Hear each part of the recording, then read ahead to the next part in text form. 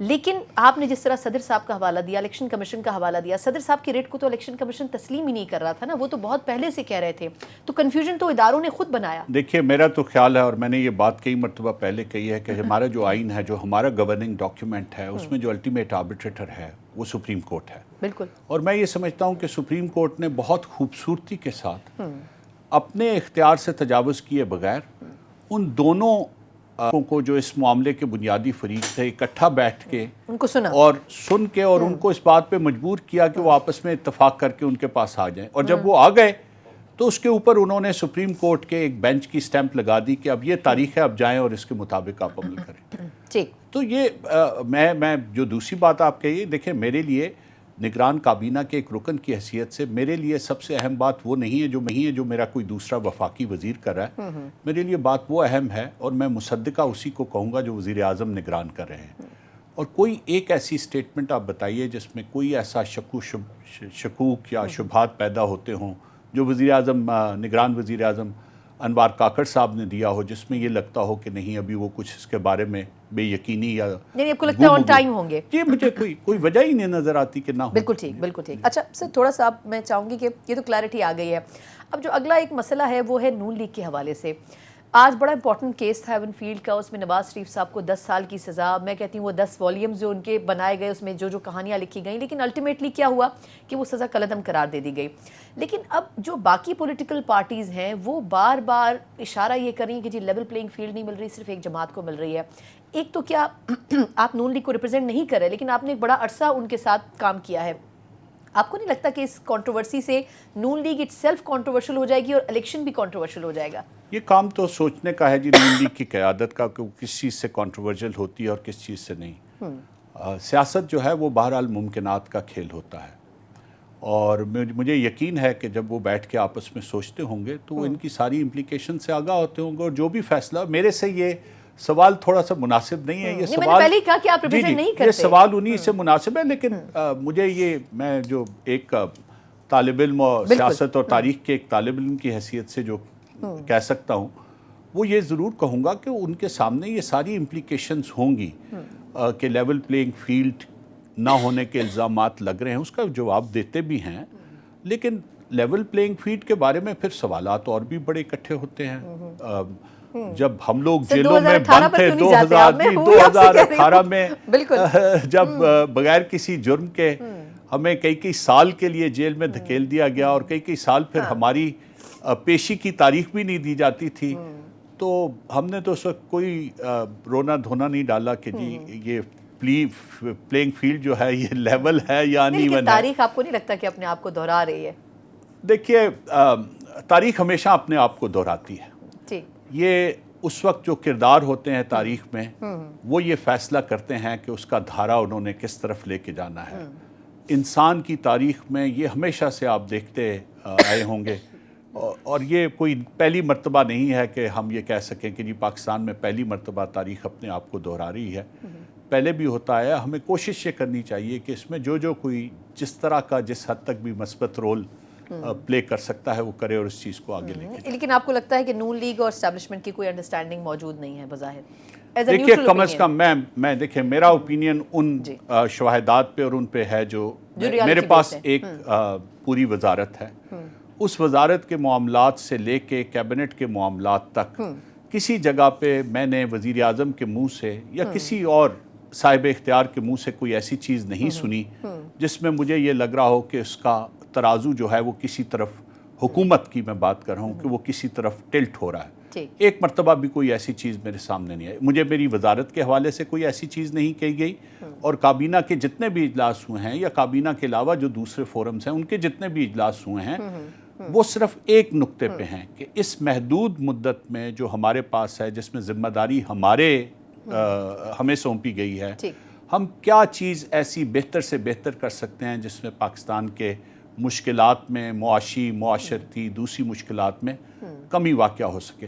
اس کے علاوہ آپ یقین مانیں نگران حکومت کے سامنے نہ کوئی ایجنڈا رکھا گیا, نہ ہمیں یہ کہا گیا ہے کہ آپ کوئی ایسی کوشش کریں جس سے کسی ایک فریق کے حق میں کوئی راہ ہموار کی جائے. ٹھیک، لیکن فواد صاحب ایسے کیونکہ آپ نے بھی خود ایک پوائنٹ ریز کیا کہ کوئی ایجنڈا ایسا نہیں ہے، لیکن سرفراز بگٹی صاحب وزیر داخلہ ہیں، وہ یہ سٹیٹمنٹ اگر دیتے ہیں کہ جو نون لیگ کے کیسز ہیں تمام کے تمام وہ بے بنیاد ہیں، اور جو پی ٹی آئی کے جو کیسز ہیں وہ بظاہر عدالتوں کے لاڈلے ہیں، تو آپ کو لگتا ہے کہ ایک انٹرم سیٹ اپ کے امپورٹنٹ منسٹر کو اس قسم کا سٹیٹمنٹ دینا چاہیے؟ آپ کی مسکراہٹ نے جواب دے دیا. یہ جواب تو سرفراز بگٹی صاحب دیں گے، لیکن دیکھیں دو چیزوں کے بارے میں تو بہرحال اب تاریخ کا فیصلہ اس پہ آ چکا ہے.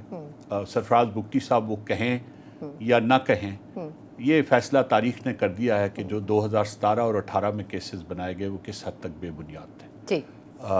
میں اس لیے نہیں کہہ رہا کہ میں خود اس کا شکار ہوا. ان فیصلوں کے ان مقدموں کے ان کیسز کے فیصلے پڑھ لیں، اور میرے اپنے کیس میں تو وہ تب بھی نہیں ہوا فیصلہ جب کسی اور کی حکومت تھی. وہ فیصلہ اسی وقت ہوا اور اس کی تمام پروسیڈنگز اسی وقت چلی جس وقت یہاں پہ مخالف فریق کی سو کالڈ حکومت تھی. انہی کی حکومت تھی جو انہوں نے نہیں میں یہ کہہ رہا ہوں کہ اس لیے کہ میں کسی کو ذاتی طور پہ کہنا نہیں چاہتا. جس دور میں کیسز بنی اسی میں ختم بھی ہوئے، اسی دوران میں وہ سارے کیسز چلے اور 4 سال تک چلتے رہے. اچھا، اسی اور اسی 4 سال کے دوران میں صرف اپنی بات کروں، میں میری فیملی کا کوئی فرد، میرے سے متعلقہ کوئی بھی شخص جس کو بلایا گیا، نہ تو ایک دن کے لیے اس نے پیش ہونے سے انکار کیا، نہ اس نے ایک دن کے لیے بھی وقت مانگا کسی کاغذ کو، کسی ڈاکیومنٹ کو، کسی ایویڈنس کو پیش کرنے کے لیے. اور اس کے بعد لازمی بات ہے پھر عدالتوں کے سامنے جو گواہیاں آئیں وہ بھی ریکارڈ کا حصہ ہے. جو گواہ نیب نے بنائے انہوں نے بلا کے کیا کہا، چلیں آج تو یہ کہا جا سکتا نہیں جی کہ یہ گواہ اب تبدیل ہو گئے ہیں. اس وقت تو انہی کی حکومت تھی جس وقت میرے کیس کے گواہ آ رہے تھے. بالکل. تو ان کو ذرا ان سٹیٹمنٹس کو پڑھ لیجئے. جب آپ پڑھ لیں گی تو پھر آپ کو سمجھ آ جائے گی کہ سرفراز بگٹی صاحب نے جو کہا ہے اس کا بیک گراؤنڈ کیا ہے. وہ نوشتہ دیوار والی بات ہے، وہ کوئی ایسی چیز نہیں ہے جو انہوں نے اپنے پاس سے کر کے کہہ دی. اچھا، اب آپ نے اس جماعت کا حوالہ دیا ہے تو میں چاہوں گی کچھ سوال اس حوالے سے بھی آپ سے ضرور کروں. آپ کو کیا لگتا ہے کہ اس وقت جو پارلیمنٹ ہے، کیونکہ اوبویسلی ایز اے منسٹر بھی آپ اس قسم کے حلقوں میں موجود ہوتے ہیں، کہ آپ کو ایک فیل ضرور ہوتا ہوگا کہ کیا کچھ ہو سکتا ہے پاسبلٹی. سر کیا لگتا ہے آپ کو کہ 2/3 میجورٹی کسی بھی جماعت کو ملے گی؟ ابھی آپ نے 2018 کے الیکشن کا حوالہ دیا، ماضی کے بھی انتخابات دیکھیں، بڑے ریئر الیکشنز ہوئے ہیں جس میں واقعی عوام کی سے کے مطابق ووٹ آیا ہے اور حکومت بنی ہے. تو کیا آپ کو لگتا ہے کہ کوئی بھی جماعت اقتدار میں آئے گی تو اس کو ایک ہنگ پارلیمنٹ کی سچویشن ملے گی، اور اس میں پی ٹی آئی کی پریزنس آپ کو کیا فیل ہوتی ہے؟ نہیں، میں یہ تو نہیں کہہ سکتا کہ جی کوئی بھی جماعت آئے گی تو اسے ایک ہنگ پارلیمنٹ ملے گی، لیکن ایک بات میں یقین سے کہہ سکتا ہوں کہ 2/3 اکثریت ملنے کی کسی کے لیے کوئی گنجائش مجھے اس ڈیوائسو پولیٹیکل اناٹمی میں نظر نہیں آ رہی. وجہ دیکھیں، وجہ اس لیے کہ پاکستان کی پولیٹکس اس وقت بہت ڈیوائیڈڈ ہے، اور لوگ اپنی اپنی جگہ پہ اپنی جو بھی ان کی جس کو وہ اچھا سمجھتے ہیں، جس کو برا سمجھتے ہیں، اس پہ پوری قوت سے قائم ہے. ٹھیک. تو یہ تو تب آتی ہے اکثریت 2/3 اس وقت ملتی ہے جب بہت سے لوگ ایک فریق کو چھوڑ کے کسی دوسرے فریق کی طرف چل پڑتے ہیں. تو مجھے چونکہ میں اگین کہتا ہوں کہ ایک سیاسی آبزرور کی حیثیت سے، پولیٹکس کے ایک اولڈ اسٹوڈنٹ کی حیثیت سے، مجھے ایسی کوئی صورت نظر نہیں آتی کہ کوئی لارج سکیل مائگریشن ایک پارٹی کے ووٹ بینک سے دوسرے پارٹی کے ووٹ بینک میں ہونے جا رہی ہے. تو اس لیے مجھے یہ 2/3 اکثریت کی تو کوئی صورت نہیں ہے. باقی رہ گئی ہنگ پارلیمنٹ. دیکھیے، پارلیمنٹ کی کمپوزیشن کو آج 2.5 مہینے پہلے بیٹھ کے فیصلہ کرنا شاید اتنا آسان نہ ہو. ہمارے ملک کی جو سیاست ہے اور ہمارے ملک کی، اور ہم نے چونکہ یہ انتخابات کنڈکٹ بھی کیے ہیں ان این ایڈمنسٹریٹو کیپیسٹی اور ان کو ایز این آبزرور بھی دیکھا ہے، تو ہمارے ملک کی الیکشن سے متعلق جو نتائج ہیں اس کے 2 حصے ہوتے ہیں. ایک تو وہ سیاست کا نیریٹو ہوتا ہے which leads up to this election, اور ایک ہوتے ہیں الیکشن ڈے کے ڈائنامکس. وہ ڈیفرنٹ ہوتے ہیں. اور وہ الیکشن ڈے کے ڈائنامکس جو ہیں وہ اتنے ہی اہم ہوتے ہیں جتنا وہ پورا عرصہ جو الیکشن سے پہلے کا ہوتا ہے. اور میرا یہ خیال ہے کہ ابھی we are too far. 10 weeks is a long time in politics of a country like Pakistan. شاید ہفتہ یا 10 دن پہلے تو کسی کے لیے یہ ممکن ہو کہ وہ ایک ریزنیبل پریڈکشن کر سکے کہ اس وقت سپلٹ کیا بننے جا رہا ہے، لیکن آج یہ کہنا کہ کوئی 2/3 اکثریت لے لے گا یا ہر صورت میں ایک ہنگ پارلیمنٹ آئے گی یا فلاں کی اتنی سیٹیں ہوں گی فلاں کی، یہ بہت قبل از وقت ہے. ابھی بہت سا پانی پلوں کے اوپر اور نیچے سے گزرنا باقی ہے. بالکل. اچھا، اب چلے آپ نے پلوں کا حوالہ دیا تو میں کچھ پانی کا بھی حوالہ دے دیتی ہوں. پی ٹی آئی چیئرمین کے بہت سے کیسز ہیں جو کہ بھی ان پروسیس ہیں اور لوگ کہہ رہے ہیں کہ اس میں سے بڑے تھریٹننگ کیسز بھی ہیں سائفر کے حوالے سے. پھر اب کچھ دنوں سے ان کا غیر شرعی نکاح کا جو کیس ہے وہ بھی ایک ڈیولپنگ ہے. میں اس پہ خیر زیادہ بات نہیں کرنا چاہوں گی, لیکن آپ کو کیا لگتا ہے کہ ان کی کیسز میں انصاف کے تقاضے پورے ہو رہے ہیں؟ کیونکہ ایک طرف اسلام آباد ہائی کورٹ کہتا ہے کہ ان کیمرہ ٹرائل جیل میں نہیں ہونا چاہیے, دوسری طرف اسپیشل کورٹ کہتا ہے کہ آپ کون ہوتے ہیں کہنے والے, ہم تو جیل میں ہی کریں گے چاہے سیکورٹی سچویشن ہے. تو آپ کو لگتا ہے کہ اب ایسی سچویشن ہوگی کہ اس میں پی ٹی آئی کو بھی ایک سمپتھی کا ایک ایلیمنٹ ہے جو سوسائٹی میں بلڈ اپ ہو رہا ہے ان کے حوالے سے, چاہے بھلے وہ کیسز جسٹیفائڈ ہوں؟ دیکھیے, پہلی آپ نے بات جو کی پہلے اس کا جواب. دیکھیے, جب بھی کوئی عدالت اپنے اختیار سے تجاوز کر کے کوئی ایسا آرڈر پاس کرتی ہے جس آرڈر کی قانون میں بنیاد نہیں ہوتی, تو پھر وہ ماتحت عدالت یا جو دوسرا کوئی بھی اور فورم ہو, اس کی مرضی ہوتی ہے کہ وہ چاہے تو ان کی ڈیفرنس میں ان کو مان لے, چاہے وہ آرڈر جو ہے وہ مکمل طور پہ قانونی نہ بھی ہو, لیکن جو اس کا اپنا اسٹیچوٹری اتھارٹی ہے اس عدالت کی, اس کی حد تک بہرحال اس کے پاس یہ اختیار ہے کہ وہ یہ کہے کہ نہیں, میں تو اس اختیار کے تحت میں کانسٹیٹیوٹ ہوئی ہے میری عدالت, اور میں اسی اختیار کے تحت کام کروں گا. تو جو بنیادی قانون ہے اس میں یہ فیصلہ اس عدالت نے کرنا ہے کہ وہ ٹرائل جیل میں ایگری کرتی ہے یا نہیں کرتی. یہ کسی اور کے پاس اختیار نہیں. اور جو اچھی پرانی ہماری ٹریڈیشنز ہیں, اور جو عدلیہ کی خاص طور پہ اعلیٰ عدلیہ کی ٹریڈیشنز ہیں, اور شاید یہ باتیں آج کل آپ بہت سن رہے ہوں گے, چیف جسٹس کے بینچ میں یہ بات بار بار ہوتی ہے کہ ہم کوئی ایسا آرڈر پاس نہیں کرنا چاہتے جس کا ہمارے پاس اختیار نہیں ہے, یا ہم ہائی کورٹ کے اختیارات میں مداخلت نہیں کرنا چاہتے. اسی طرح ہائی کورٹ پہ بھی یہ لازم ہے کہ وہ اپنے سے ماتحت عدالتوں کے جب تک ان کے پاس وہ ایپلیٹ جورسڈکشن میں کیس نہ آئے وہ مداخلت نہ کرے. تو میرے خیال میں بہت سی جو گرد کھڑی ہوئی تھی عدالتی کارروائیوں میں اور مقدمات کے کنڈکٹ میں, وہ گرد آہستہ آہستہ بیٹھ رہی ہے, دور ہو رہی ہے, اور وہ اچھے فیصلوں کے ذریعے, ایسے فیصلے جو پریسیڈنٹس بنیں گے آنے والے وقتوں میں, ان کے ذریعے دور ہو رہی ہے. اب جو اصل میں فیصلہ ہونا ہے, جیل کے اندر ہو ٹرائل یا جیل کے باہر ہو ٹرائل, جو اصل میں فیصلہ جب ان کے وکلاء کو آنے کی اجازت دے دی گئی, جب ان کے فیملی ممبرز کو وہاں پہ آنے کی اجازت دے دی گئی, اور یہ سوال سب سے پہلے ان کی سیکیورٹی کا انہوں نے اور ان کے وکیلوں نے اٹھایا تھا.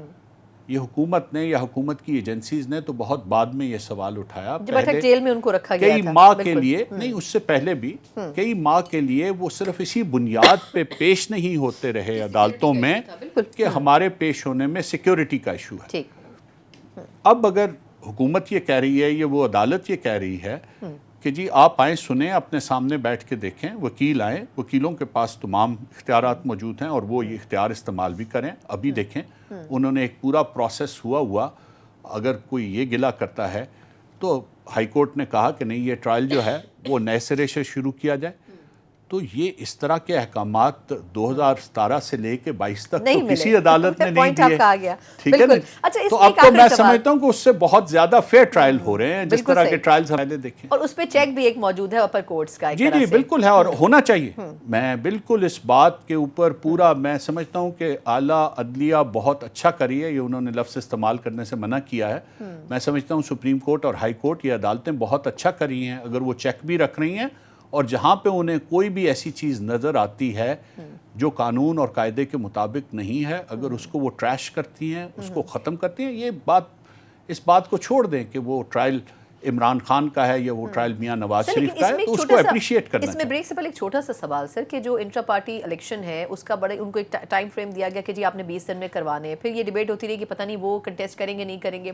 اب آج پتہ چلا کہ وہ کنٹیسٹ نہیں کریں گے. تو اس میں پی ٹی آئی ایک نیریٹو بلڈ کرے گی جی ان کو مائنس شاید کرنے کی کوشش کی جا رہی ہے. آپ کو لگتا ہے ایسا ہے؟ یہ ان کا اپنا کانشیس فیصلہ ہے, اور مجھے یقین ہے کہ انہوں نے یہ فیصلہ اپنے وکلاء کے مشورے سے ہی کیا ہوگا. بیرسٹر گوہر کو انہوں نے چیئرمین نامزد اور انہوں نے یہ ان کا پورا حق ہے, وہ جس کو چاہیں چیئرمین نامزد کریں. ہم تو کسی کے اس میں دخل اندازی نہیں کرنا چاہتے, لیکن مجھے یقین ہے کہ انہوں نے یہ قانونی رائے کی روشنی میں کیا ہوگا. انہیں اندازہ ہوگا کہ دوسری صورت میں کیا مشکلات ان کے سامنے ہیں. لیکن پھر بعض اوقات میں کہتا ہوں کہ تاریخ کی کچھ چیزوں کو یاد کرانا ضروری ہوتا ہے. آپ کو یاد ہوگا کہ سینٹ کے الیکشنز کے ٹکٹس دیے گئے, واپس کر کے لوگوں کو کہا گیا تھا کہ انڈیپینڈنٹ کینڈیڈیٹس کے طور پر لڑیں, کیونکہ فلاں شخص جو ہے وہ پارٹی کا صدر تو چھوڑیں, چیئرمین بھی بننے کا حقدار نہیں ہے. بالکل. تو پھر وہی بات ہے کہ تاریخ بعض اوقات اس مرتبہ آپ کو لگتا ہے کہ وہاں خاموشی ہوگی جہاں سے کہا جاتا تھا؟ جی مجھے تو نہیں لگ رہا, میرے تو سامنے بالکل صاف نظر آ رہا ہے. اگر وہ سمجھتے تھے کہ ان کا حق ہے الیکشن لڑنا ابھی بھی, اور وہ چیئرمین کا الیکشن لڑنا چاہتے ہیں, تو انہیں اپنا کینڈیڈیچر پیش کرنا چاہیے تھا. اور اگر ان کے خیال میں قانونی میں اس کے رستے میں کوئی رکاوٹ نہیں تھی اور ان کا الیکشن کمیشن اس کو مسترد کرتا, تو پھر ان کے پاس حق تھا کہ وہ ہائی کورٹ میں بھی جا سکتے تھے, سپریم کورٹ میں بھی جا سکتے تھے. ان کے لیکن پاس لیگلی انہوں نے وہ آپشن چوز کیا ہے. بالکل انہوں نے وہ آپشن چوز کیا جس میں غالباً ان کو ان کے وکلاء کی رائے کی روشنی میں ایک زیادہ بہتر رستہ نظر آتا. بالکل ٹھیک. فواد حسن فواد صاحب کے ساتھ بڑی دلچسپ گفتگو. ایک مقتبہ اس کے بعد ذرا ان سے اور بھی کچھ ایشوز کے اوپر بات کریں گے, خاص طور پر پرائیویٹائزیشن کے حوالے سے جو سفید ہاتھی پاکستان کی حکومت کے پاس اکنامکلی موجود ہیں, کیا اس حکومت کے پاس واقعی اتنی پاور اور اسٹرینتھ ہے کہ یہ وہ فیصلے کر سکے جو کہ اقتدار میں آنے والی 5 سالہ دور حکومتیں بھی نہیں کر سکیں؟ اس پر بات کریں گے بریک کے بعد. بریک کے بعد ایک بار پھر آپ کو خوش آمدید کہتے ہیں. فواد حسن فواد صاحب آج ہمارے مہمان ہیں. فواد صاحب, سر ایک آخری سوال سر پی ٹی آئی کے حوالے سے, اس کے بعد میں اگلے ٹاپک پہ جاؤں گی جو کہ پرائیویٹائزیشن کا ہے. جو 9 مئی کا انسیڈنٹ تھا سر, وہ سیاہ باب تو ہے پاکستان کی تاریخ میں, لیکن یہ بھی بڑی دلچسپ بات ہے کہ جو اس دن سے اپنے آپ کو علیحدہ کرتا ہے, پریس کانفرنس کرتا ہے, اس کو کہہ دیا جاتا ہے کہ آپ مین سٹریم پولیٹکس میں واپس جا سکتے ہیں. جو نہیں کرتا ہے اس کو جیل کا راستہ دکھا دیا جاتا ہے. یہ کس حد تک درست ہے سر؟ کیونکہ ایونچولی الزام تو پھر جو نگراں سیٹ اپ ہے اسی کے اوپر لگ رہا ہے نا کہ ان کے ٹینیور میں یہ ہو رہا ہے. جو لوگ الٹیمیٹلی جنہوں نے اس کام میں حصہ لیا ان کو اکسایا گیا یا یہ ان کا اپنا فیصلہ تھا؟ ٹھیک. کیونکہ قانون بھی ان دونوں کو 2 مختلف نظروں سے دیکھتا ہے, اور خاص طور پہ جب ان میں ایسے بھی لوگ ہوں جو ان پڑھ ہوں, جو سیاسی وابستگی میں کسی ایسی طریقے سے آ رہے ہوں, تو ایک تو آپ کو یہ ڈفرینسیشن بھی کرنی پڑے گی. دوسرا آپ کو یہ بھی دیکھنا پڑے گا کہ چاہے وہ اس پورے پروگرام میں تو شامل تھے, لیکن ان ایکچوئل ایکٹس کا کس حد تک حصہ تھے. تو اگر آپ ان دونوں ڈفرینسیشنز کو سامنے رکھ کے دیکھیں گی تو شاید آپ کو یہ سمجھنا آسان ہو جائے گا کہ معافی کن کو مل رہی ہے اور معافی کن کو نہیں مل رہی. بالکل ٹھیک. لیکن اب سے جو تنقید ہو رہی ہے اس وقت کی حکومت پر بھی, ٹھیک ہے آپ اگر اس کو جسٹیفائی اپ کرتے ہیں کہ یہ معافی کا بھی ایک کرائٹیریا ہے, لیکن اب جس طریقے سے آگے الیکشنز کی طرف ہم جا رہے ہیں, لوگوں کی یہ رائے ہے کہ پنجاب میں, اگین میں پھر نون لیگ سے ریلیٹڈ کویسچن ضرور کر رہی ہوں, لیکن مقبولیت کا وہ ایلیمنٹ نون لیگ نے کھویا ہے. اگر حالانکہ بڑی دلچسپ بات یہ ہے کہ جو 3.5 سال پی ٹی آئی کی گورنمنٹ رہی اس میں سوائے نقصان کے اکانومی نے کچھ حاصل نہیں کیا, لیکن نون لیگ اس طرح اپنا کم بیک کیوں نہیں کر پا رہی ہے؟ یہ تو بات نون لیگ والے بتا سکتے ہیں کہ وہ کیوں کم بیک نہیں کر پا رہی, لیکن جو مجھے نظر آتا ہے, جو مجھے نظر آتا ہے وہ بڑا صاف چیز نظر یہ آتی ہے کہ ان کی جو 16 مہینے کی حکومت تھی اس کی وہ قیمت ادا کر رہی ہے. اس نے عام آدمی کی مشکلات میں اضافہ کیا اور اس کی قیمت ہے, اور مجھے لگتا ہے کہ وہ ادا ابھی انہیں کچھ اور عرصہ کرنی پڑے گی جہاں تک پبلک سپورٹ کی بات ہے. کیونکہ دیکھیں ہماری پھر وہی بات ہے کہ ہم ان قوموں میں سے ہیں جن کی یادداشت کمزور ہے, شارٹ ٹرم میموری والے. جی ہماری شارٹ ٹرم میموری ہے. سو ہم سب لوگ یہ بھول چکے ہیں کہ 2018 سے 2017 سے 2021-22 تک کیا ہوا. ہمیں صرف یاد یہ ہے کہ 2022 سے 2023 کی اگست تک کیا ہوا. اور پھر ہم میں سے کچھ لوگ تو ایسے ہیں جن کے لیے پاکستان کی تاریخ شروع ہی اپریل 2022 سے ہو رہی ہے. بالکل صحیح. تو اس سے پہلے کو وہ پوری پاکستان کے 75 سالوں کو کسی ردی کی ٹوکری میں ڈالنا چاہتے ہیں, لیکن حقیقت میں ایسا ہو نہیں سکتا. لیکن بالکل میں بغیر لگی لپٹی رکھے کہہ رہا ہوں کہ جو 16 مہینے کی حکومت تھی اس کی کاسٹ جو ہے وہ صرف نون لیگ ہی ایونچولی پے کر رہی ہے. یہ بات تو درست ہے. اس لیے کہ جو کی رول تھا وہ ان کے پاس تھا, اور اس کو آپ سیاسی سمجھ بوجھ کی بات کہیں, جنہوں نے وہ فیصلہ کیا وہ کی رول دینے کا, اور ساتھ فریق بھی تھے, لیکن بہرحال یہ ایک فیکٹ ہے. اس مرتبہ آپ کو لگتا ہے کہ اگر نون لیگ کی یا نون لیگ کی اکثریتی ایسی حکومت آتی ہے جس میں لیڈ نون لیگ کرے, تو آپ ان کی ٹیم میں دوبارہ شامل ہونا چاہیں گے؟ دیکھیں جی, میں تو یہ بات بہت پہلے کر چکا ہوں. میں ان لوگوں میں سے ہوں جنہوں نے زندگی میں کبھی کسی عہدے کے لیے اسٹرائیو نہیں کیا. لیکن آپ ڈیزرو تو کرتے ہیں. بالکل نہیں, یہ بات نہیں, میرے سے زیادہ بھی بہت لوگ ڈیزرونگ ہوں گے. اگر مجھے آپ کہیں میں آپ کو ایک پوری فہرست بنا کے دے سکتا ہوں ان لوگوں کی جو میرے سے زیادہ ڈیزرونگ ہے. سو پاکستان میں نہ ٹیلنٹ کی کمی ہے, نہ میں وہ آخری آدمی ہوں جس کے بغیر حکومت بن نہیں سکتی اور چل نہیں سکتی. دیکھیں مجھے کسی بھی چیز کے لیے کوئی ایک جسٹیفیکیشن ایک آدمی کو اپنے ضمیر کو مطمئن کرنے کے لیے بھی کوئی چیز ہونی چاہیے اس کے سامنے کہ میں یہ اگر کام کر رہا ہوں تو وہ کیوں کر رہا ہوں. ٹھیک. سیاسی جماعت کی حد تک میں نے پہلے بھی کہا کہ جی میں صرف عہدے کے لیے کسی سیاسی جماعت کی حکومت کا سیاسی جماعت کا حصہ نہیں بن سکتا. مجھے اس کے پروگرام سے اس کے لاہ عمل سے اس کے منشور سے اتفاق ہونا چاہیے. مجھے یہ نظر آئے کہ کوئی ایسی چیز سامنے ہے جس پہ چل کے اس ملک کی کوئی یا ملک کے عوام کی کوئی بہتری ہو سکتی ہے. پہلی بات.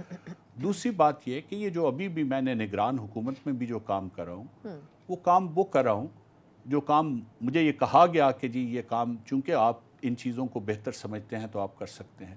سو محض اس لیے کہ کوئی مجھے یہ کہے کہ آپ یہ عہدہ وزیر کا لے لیں، میں کوئی بھی ذمہ داری اس بنیاد پہ کبھی قبول نہیں کروں گا. لیکن اگر یہی ذمہ داری، میرا سوال میں ریفریز کر دیتی ہوں، اگر کنٹینیو کرتے ہیں یہ ایزمپشنز کی بات ہے. میرے خیال ہے ایک سیاسی جماعت جو منتخب ہو کے آتی ہے اس کے لیے سب سے بہتر یہ ہوتا ہے کہ وہ اپنے جو ایم این ایز اور سینیٹرز یا جو ان کے کولیشن پارٹنرز ہوں ان کو بھی یہ عہدے دیں، کیونکہ وہ ان کو اکاؤنٹیبل ہوتے ہیں تو ان کے ذریعے وہ حکومت چلائیں. لوگوں نے بھی مینڈیٹ انہیں کو دیا ہوتا ہے. ذہن میں بالکل نو ہے یا آپ کو لگتا ہے کہ اگر یہی ذمہ داری آگے ملے یا اس قسم کی ملے تو آپ پریفر کریں گے؟ نہیں، یہ دیکھیں یہ اگین ساری ایزمپشنز پہ بات ہے. میں نے تو آپ کو بتا دیا کہ میرے خیال میں سیاسی حکومتوں میں ان لوگوں کو آنا چاہیے جو ان کے پروگرام سے اتفاق کرتے ہوں. تو ابھی تو کسی کا پروگرام سامنے ہی نہیں ہے کسی بھی سیاسی جماعت کا. خالی نون لیگ کی بات نہ کریں کہ ابھی تو کسی بھی سیاسی جماعت کا وہ منشور جو ہے وہ سامنے نہیں ہے. اور پھر یہ بھی ایزمپشن کرنی کہ جی یہ ذمہ داری یا کوئی اور ذمہ داری مجھے دی جائے گی، آئی تھنک قبل از وقت ہی ہے. لیکن ایک چیز سے آپ اتفاق کرتے ہیں کہ یہ جو نگراں سیٹ اپ ہے اس کے بارے میں کہا جا رہا ہے کہ جی یہ نون لیگ کی بی ٹیم ہے، مطلب اور بھی لوگوں کی یقیناً ریپرزنٹیشن اس میں ہوگی، لیکن جس طرح کرٹیسائز 3-4 لوگوں کو کیا جا رہا ہے اس میں آپ کا نام بھی بیچ میں جو ہے وہ اس کے نشانے پر ہے.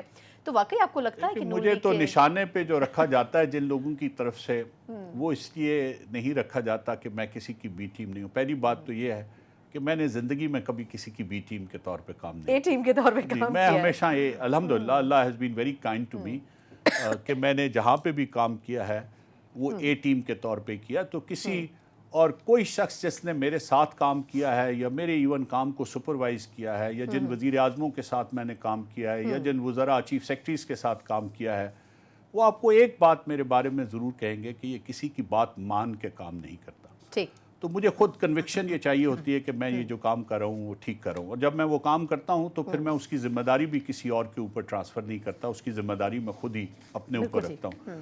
تو یہ بی ٹیم والا طریقہ نہیں ہوتا. دوسرا، اگر میں بی ٹیم کا حصہ تھا تو جب نون لیگ کی اے ٹیم تھی پچھلے 16 مہینے میں تو اس میں کیوں نہیں تھا؟ کیا پتہ آپ کو شہباز شریف صاحب پسند نہ ہو؟ نہیں، یہ بات بھی دیکھیے نا. بات یہ ہے کہ آپ کے خیال میں اس ٹیم میں صرف وہی لوگ شامل تھے جن کو شہباز شریف نے پسند کیا تھا؟ نہیں، وہ پارٹی نے فیصلہ کیا تھا کہ کس کو ہونا. تیسری اور جس بات کا فیصلہ آپ فوری طور پہ کر سکتی ہیں، یہ پچھلے 25 منٹ کی گفتگو میں آپ کو لگتا ہے میں نون لیگ کی بی ٹیم ہوں؟ اس کا میرا خیال ہے اس کا فیصلہ ہم لوگوں پہ چھوڑ دیتے ہیں جو آڈینس ہے. اچھا، اب ایک بڑی امپورٹنٹ چیز اس پہ آپ پچھلے کچھ انٹرویوز میں آپ نے بڑا ذکر کیا اور بڑا تفصیلی ذکر کیا، لیکن کیونکہ اب اس میں تھوڑا سا ٹائم ہو چکا ہے، کچھ ہفتے ہو چکے ہیں. پرائیویٹائزیشن کا ایک ایسا مسئلہ ہے جو ہر پولیٹیکل پارٹی جب گورنمنٹ میں آتی ہے تو کہتی ہے جی ہم نے کرنا ہے، لیکن جو اپوزیشن کی پارٹیز ہوتی ہیں وہ ان کے گلے پر آپ یہ سمجھ لیں چھری رکھ دیتے ہیں یا سینے پر پیر رکھ دیتے ہیں کہ یہ کام آپ نے نہیں کرنا، کیونکہ ہر پولیٹیکل پارٹی نے ان تمام انسٹیٹیوشنز میں اپنے اپنے لوگوں کو نوکریاں دلوائی ہوئی تھی. ٹو بی آنیسٹ اگر میں بات کروں، یہ ٹاسک آپ کو جو دیا گیا یہ آپ اچیو کیسے کریں گے اس مختصر ٹینیور میں؟ دیکھیے، میرے لیے تو یہ بالکل اہم ہی نہیں ہے کہ کس پارٹی نے اس میں کس کو نوکری دی ہوئی ہے اور وہ اس کام کو میرے کس طرح سے دیکھتی ہے. میرے سامنے تو قانون اور آئین کے تحت میرے اختیار میں یہ چیز ہے اور یہ اختیار منتخب حکومتیں دے کے گئی ہیں کہ میں ان اینٹیٹیز کو جن کے اوپر میں کام کر رہا ہوں پرائیویٹائز کروں. اب اس میں اگر ان کے بارے میں ان کے دماغ میں کوئی سیکنڈ تھاٹس آ گئی ہیں تو اس کا بوجھ انہوں نے اٹھانا ہے. اور یہ بھی ہو سکتا ہے کہ سیکنڈ تھاٹس نہ ہوں، وہ صرف کچھ کانسٹیچوئنسیز کو اپیز کرنے کے لیے with the purpose of elections یہ وہ ساری باتیں تلخ لہجوں میں کر رہے ہوں جو وہ کر رہے ہیں. یا پھر یہ بھی ہو سکتا ہے کہ کچھ لوگوں کو مجھ سے کوئی سکور پرانے سیٹل کرنے ہوں. میرے سے ناراض لوگوں کی تعداد بھی الحمدللہ بہت ہے، اللہ ان سب کو سلامت رکھے. تو وہ ہو سکتا ہے کہ وہ پرانے سکور بھی سیٹل کرے ہوں. تو میرے سامنے تو صرف ایک کرائیٹیریا ہے اور میں اس چیز پہ جتنی مرتبہ میں کسی چیز کو SIFC میں لے کے جاتا ہوں یا فیڈرل کیبنٹ میں لے کے جاتا ہوں یا حکومت کی منظوری کے لیے لے کے جاتا ہوں یا کیبنٹ کمیٹی آن پرائیویٹائزیشن میں لے کے جاتا ہوں تو میں نے اس ایک کرائیٹیریا کو سیٹسفائی کرنا ہوتا ہے، اور وہ کرائیٹیریا یہ ہے کہ میں یہ جو کچھ کر رہا ہوں وہ پاکستان کے مفاد میں کر رہا ہوں۔ بالکل ٹھیک۔ اور میری ان تمام سیاسی جماعتوں سے جو آج پرائیویٹائزیشن کے ایجنڈے کی مخالفت کر رہی ہیں، میری ان سے یہ درخواست ہے کہ وہ دو چیزوں کے بارے میں ضرور سوچیں۔ ایک تو اس سوال کا جواب لوگوں کو ضرور دیں کہ اگر وہ ان کی پرائیویٹائزیشن پہ آمادہ نہیں تھیں تو انہوں نے ان کو پرائیویٹائزیشن کی فہرست میں شامل کیوں کیا، اور اس میں پاکستان کی تینوں G27 اس میں تمام تینوں سیاسی میجر جو پارٹیز ہیں انہوں نے ایگریڈ کیا ہے جی، یہی رکھ کے گئی ہیں ان کو پرائیویٹائزیشن کے ایجنڈے پہ، کسی اور نے نہیں رکھا، کسی اور نے نہیں رکھا۔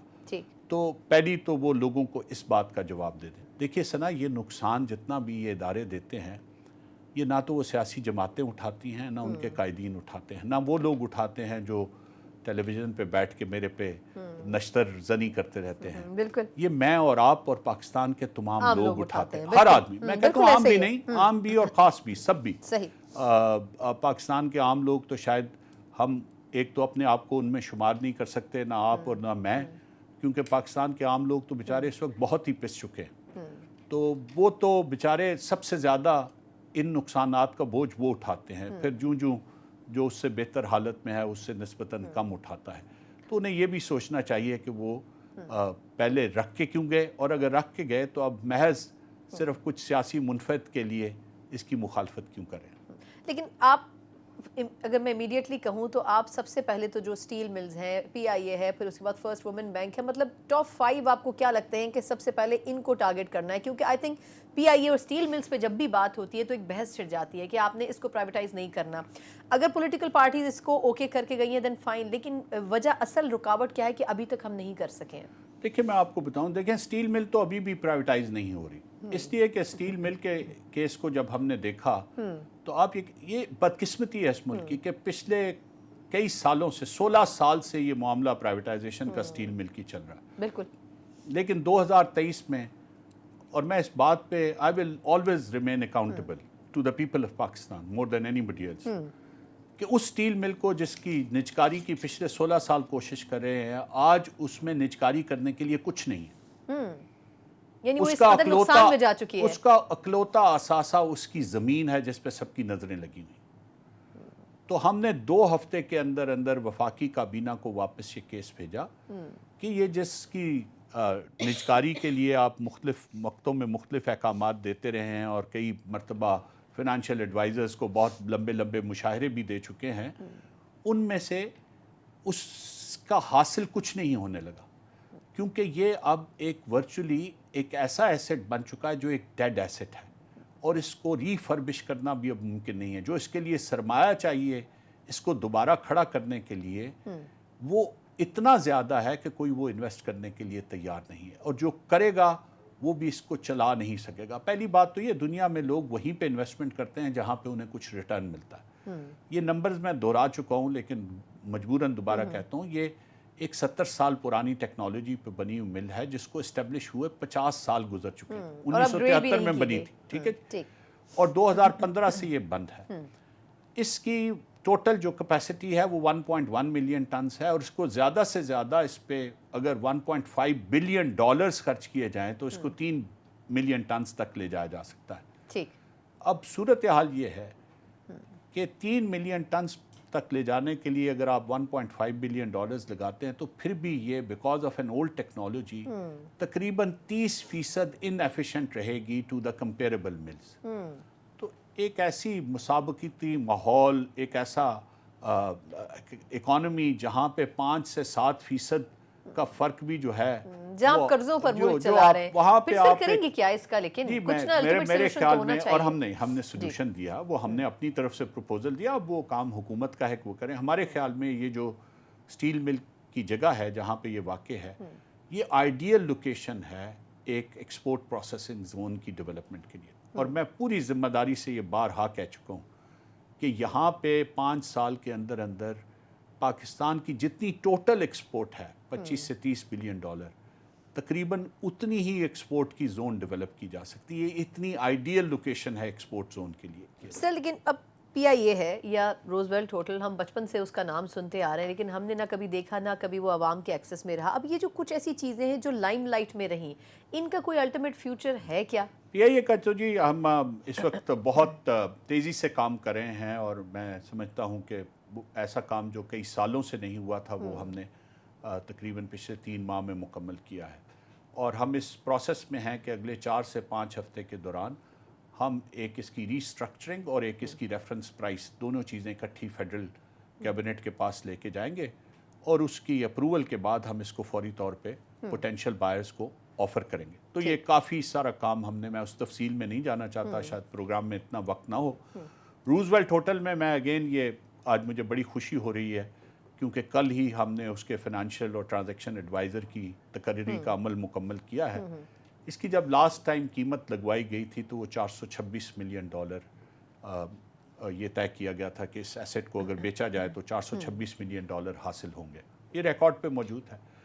اب ہم نے جو پروپوزل جوائنٹ وینچر ڈیولپمنٹ کا، جس کے لیے ہم نے انٹرنیشنل بڈس سالیسٹ کی، اور وہ اب جمعے کے ہمارے بورڈ کے اجلاس میں اس کی منظوری ہوگی، اس میں اس کی پوٹینشیل جو اس سے ریٹرن ہے گورنمنٹ آف پاکستان کو، جو ہمارے پاس سب سے بہترین پروپوزل اس کے لیے آیا ہے، وہ اس سے کچھ فیصد نہیں، کئی گنا زیادہ ہو سکتی ہے. سر 2 سوال، کیونکہ ٹائم ایکچولی اوور ہو چکا ہے. ایک تو یہ کہ یہ کیا اب یہ جو 2-2.5 مہینے آپ کے پاس ہیں، اس میں سے کتنا کام آپ کر کے جا سکیں گے؟ اور دوسرا یہ کہ کیا آپ کو لگتا ہے کہ جو کچھ بھی آپ امپلیمنٹ کر کے جائیں گے، اگلی آنے والی گورنمنٹ ان پالیسیز کو کنٹینیو کرے گی؟ کیونکہ پولیٹیکل پارٹیز کے اپنے سٹیکس ہوتے ہیں.